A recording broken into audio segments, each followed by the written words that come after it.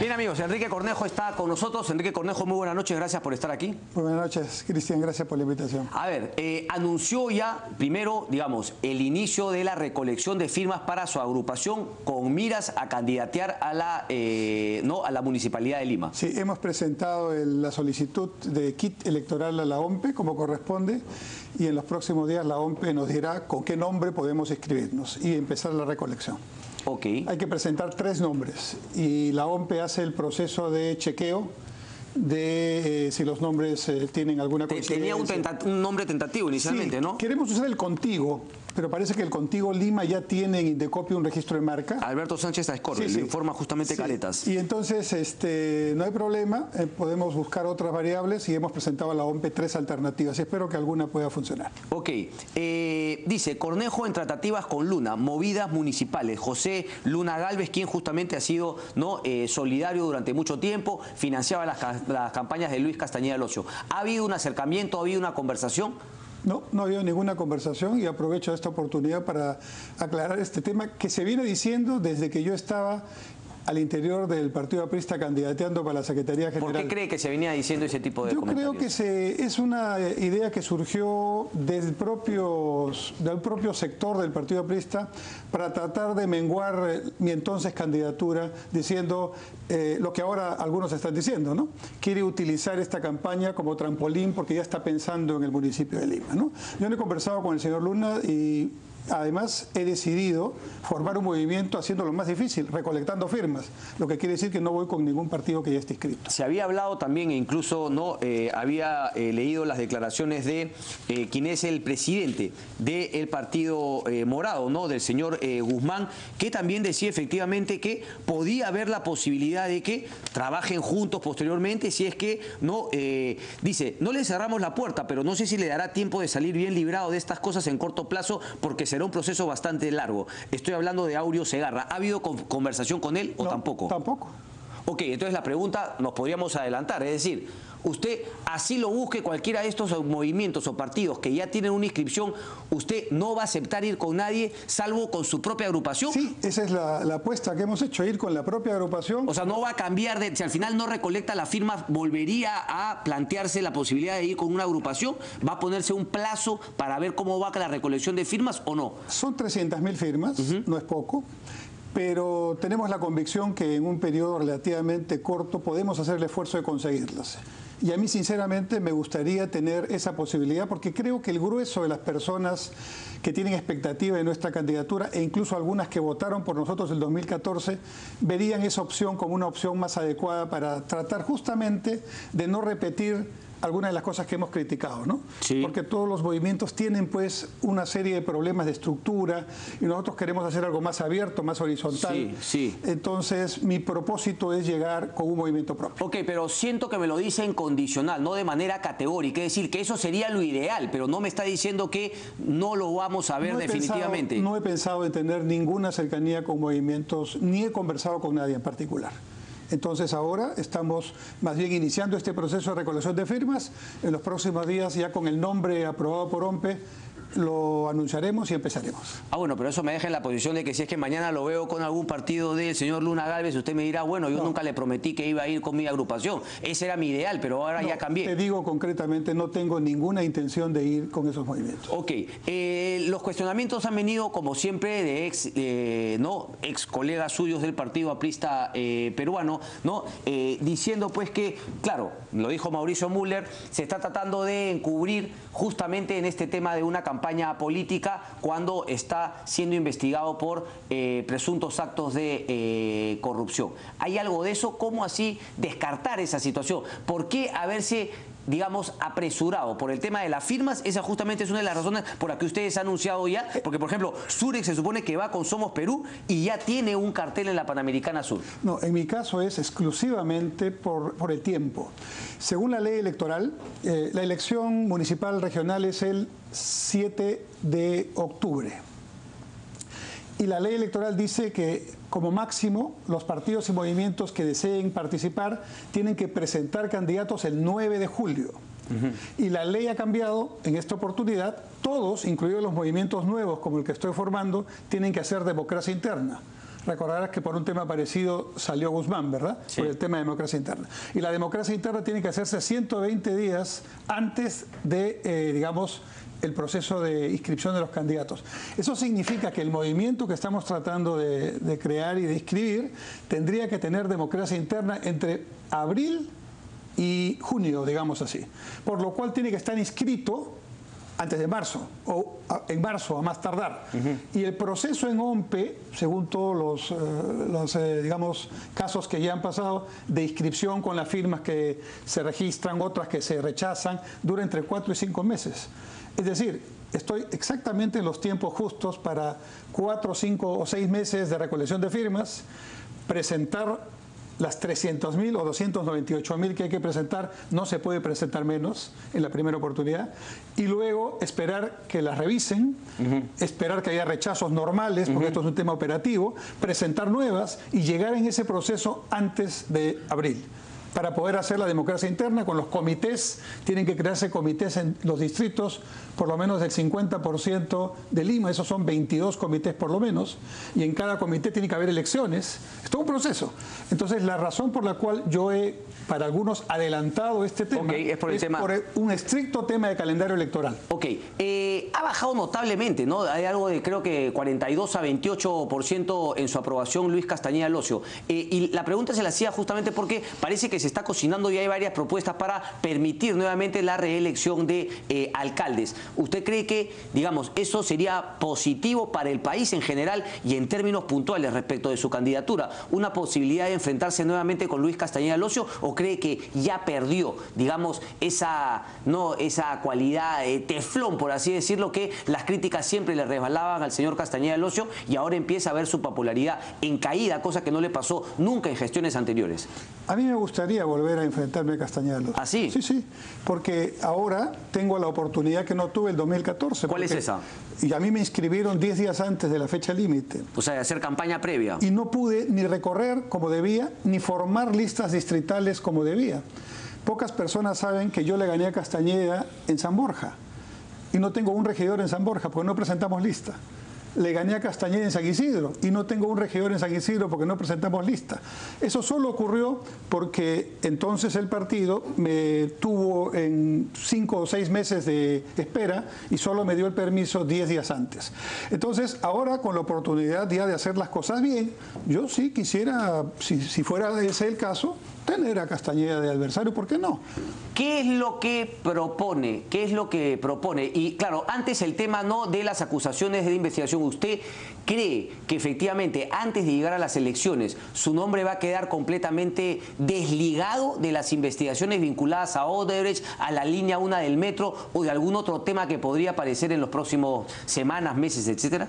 Yo estoy convencido que sí, por 3 razones.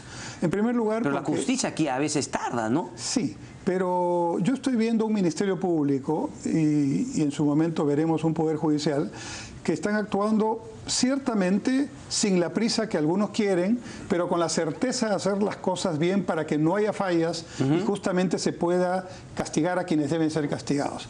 De manera tal que ese hecho, más el hecho que han estado conversando antes de mi entrevista, de que justamente las informaciones vienen de fuera, en este caso, con una gran potencia, porque prácticamente, digamos, generan información precisa sobre temas precisos, cuentas, delaciones, empresas, etcétera, que obviamente la Fiscalía tiene que corroborar. Y en tercer lugar, yo creo que el Ministerio Público no se está dejando presionar, está haciendo bien su trabajo. En consecuencia, yo estoy convencido que antes de un año podríamos tener, en lo que a mí respecta, que es un tema muy puntual en el que se está produciendo una investigación, tener las cosas claras y estoy seguro que eso abonará en mi favor cuando estemos en la campaña. ¿Qué es lo que le ofrece a la municipalidad, digamos, a los limeños? Yo le ofrezco, en primer lugar, tener una alcaldía que empiece a ordenar Lima. No puede ser que Lima sea una ciudad con 10 millones de habitantes y todo sea un caos. Y eso implica, en primer lugar, tener un plan, un orden, una visión. Y yo tengo 5 objetivos fundamentales. El primero es el del transporte. Yo quiero regalarle a los limeños 1 hora de su día diaria. ¿Cómo es eso? 1 hora de su día. ¿Cómo? El transporte público toma en promedio 3 horas a los limeños. horas en promedio. Quiere decir que hay algunos que demoran 4 o 5 horas. Yo con 10 medidas que ya tengo pensadas, pienso disminuir los tiempos sin entrar en construcciones, que es el tema sustantivo. Pero en el corto plazo se pueden aligerar tremendamente las velocidades y romper el caos que ahora existe. ¿Sin retirar la cantidad de vehículos privados? Yo creo que ese es un proceso en el que hay que entrar. Habrá que ver en algún momento... Pero digamos, esa meta que usted se plantea con estas 10 cosas puntuales, ¿no incluye retirar, por ejemplo, el tema de algunos carros, el tema de las placas números pares? Incluye evaluar el pico placa. Ok. Pero te doy otros temas, o 2 o 3 por lo menos que estoy pensando.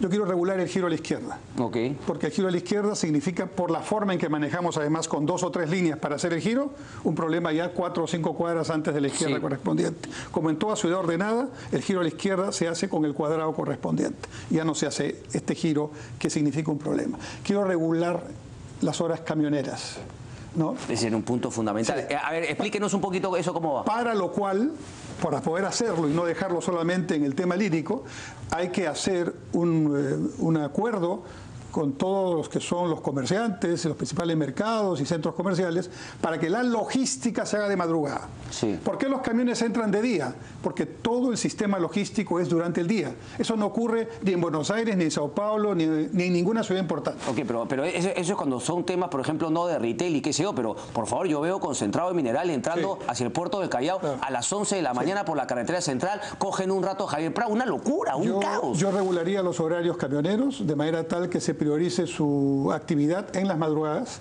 y las horas punta de mañana y de tarde estén liberadas de camiones. Yo regularía el uso de la pista para los camiones concreteros en las construcciones, que hacen que todo el día tengamos esa pista fuera de servicio. Sí, claro, pues ahí ponen un par de conitos sin ninguna autorización y se apropiaron de la pista. Y yo tendría que conversar, creo que no es un tema municipal solamente, tengo que ver la parte legal, pero me gustaría hacer algo como esto. Suponte que Sedapal o Luz del Sur me diga, voy a intervenir en la avenida Arequipa, cuadra 5. Y resulta que interviene uno primero, interviene el otro después, y siempre tenemos una obra y un hueco y un problema. Sí. Yo quisiera que los dos intervengan al mismo tiempo. Primero, y quisiera que me den un plazo de su trabajo. Si son 90 días, yo quiero que me den una carta fianza, por si se pasan los 90 días yo le ejecuto. Porque acá hoy día es como a ellos mejor les provoque y qué sé yo. Desgraciadamente el tiempo me gana Enrique Cornejo, pero tenía preguntas puntuales, porque hoy día, por ejemplo, vino el alcalde de Comas a decirme que ellos están planteando la creación de una provincia con 8 distritos de Lima Norte. ¿Eso tiene sentido o más bien es atomizar más la falta de gobernanza que hay en nuestra capital? Yo soy partidario de las mancomunidades, pero más que creación política es cuestión de sinergia y actuación conjunta, que puede permitir, por ejemplo, serenazgo conjunto y dejar esta tonta idea de que solamente el sereno sirve al distrito que está aquí y al de la izquierda pasando la cuadra ya no. Yo creo que hay muchas formas de actuación conjunta, por ejemplo en la Costa Verde. ¿Cómo es posible que haya 7, 8 distritos que tengan 7, 8 visiones de la Costa Verde? Cierto. La Costa Verde tiene que manejarse integralmente. Pero se supone que hay una autoridad de la Costa Verde y no funciona porque justamente no se la potestad. No hay una autoridad única del transporte. ¿Usted le pediría al Congreso sacar eso adelante? Supuesto. Claro que sí. Yo creo que la autoridad única del transporte, en este caso no solo de Lima, sino del Callao también, debe ser una realidad pronto. Y esa autoridad debería ser, sobre todo, regulación e ingeniería de tránsito. Uno piensa, claro, la solución integral es que hay un sistema de transporte, metro, metropolitano, corredores, trenes de cercanía, taxis y autos particulares. Pero mientras eso ocurra, que va a ser en los próximos 20 años corriendo, ¿no? Tenemos que hacer ingeniería de tránsito, orejas, cambio de sentido de tránsito en horas punta, o sea, sentido común a la vía pública. Correcto. Y paraderos, lo cual implica para todos nosotros, incluso los peatones, un cambio de cultura, porque yo levanto el brazo y para el automóvil donde sea. Correcto. Y todo eso genera muchos problemas. Ok, vamos a ver entonces cómo es el tema de la cámara, pero me acaba de venir una mente y yo se lo tengo que preguntar porque así yo soy curioso, porque gente mayor, ¿no? Me dice, bueno, sí, Enrique Cornejo, que está acá, que el tema, pero ellos me hacen un recordar, y si yo lo quiero preguntar a bocajarro, ¿qué papel jugó usted en tiempos del dólar MUC? Porque me lo han hecho saber alguna persona y yo le dice, cuando esté con Enrique Cornejo, se lo voy a preguntar. Hacen algunas acusaciones que usted habría tenido. ¿Qué rol cumplió respecto del dólar MUC en ese primer gobierno? Te lo agradezco, porque ese ya es un mito que se empieza a repetir. En primer lugar, para que todos conozcan, MUC significa Mercado Único de Cambio. Correcto. Y era el sistema de dólar paralelo barato que se usaba en todos los países de América Latina en los años 70 y 80. El Perú también tuvo su dólar MUC, otros lo llamaban de otra manera. El dólar MUC se creó en 1976, durante el gobierno del presidente Morales Bermúdez. Y funcionó desde entonces hasta Fujimori, ¿no? Y durante los años 80 yo estuve a cargo de Comercio Exterior. El equivalente al Ministerio de Comercio Exterior se llamaba ICE en ese momento.